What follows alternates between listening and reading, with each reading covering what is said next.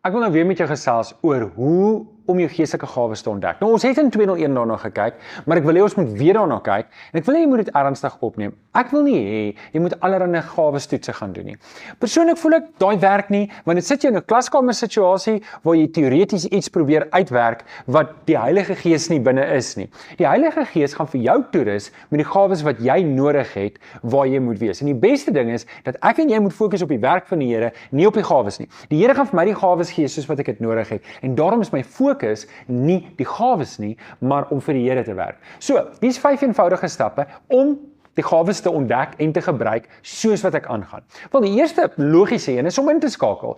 Want onthou, as die gawes bedoel is om die gemeente te dien en om die koninkryk van die Here uit te brei, waar moet ek wees sodat ek gawes kan ontvang? Wel, in die bediening. Ek moet in die koninkryk wees, ek moet in die gemeente wees. So gawes is bedoel om die gemeente te dien en dit moet my hart wees. My hart moet in lyn wees met die Heilige Gees om die gemeente te bedien en dis die beste plek. So posisioneer ek myself om gawes te ontvang.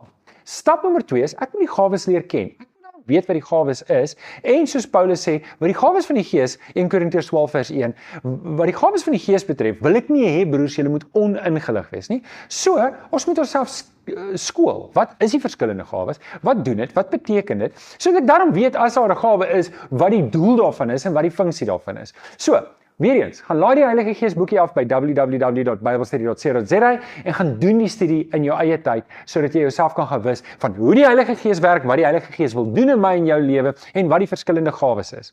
Stap nommer 3, vra vir jouself die vraag, waar pas ek in?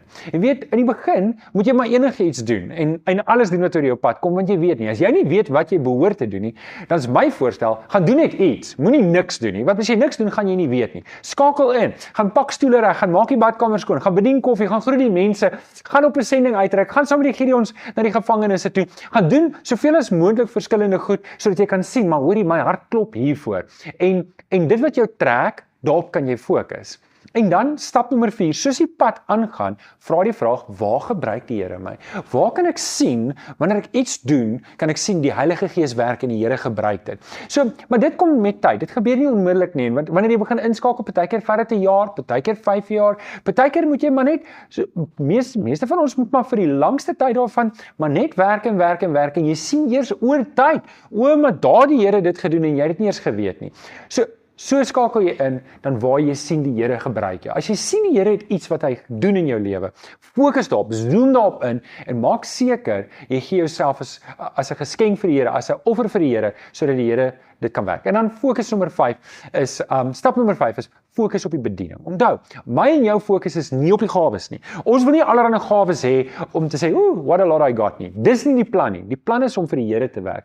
En as die Here vir my gee, dan sê ek, Here, dankie, ek gebruik dit. As die Here nie vir my iets gee nie, dan sê ek vir die Here, dankie, en werk nog steeds vir die Here. Onthou, gawes is net toerusting, dis tools vir die Here vir jou gee, om sy werk te doen, en dis om te bedien. En dis waar ons fokus in die eerste plek moet wees. Ons moet ons fokus sit op die Here Jesus, en op die werk wat hy vir ons gee om te doen, en die res, dit sal die Heilige Gees doen. So as hy vir my niks gee nie, dis nie iets wat ek kan forceer nie, dis nie iets wat ek kan manipuleer nie, dis iets wat die Here gee, en ek gebruik dit wanneer hy dit gee.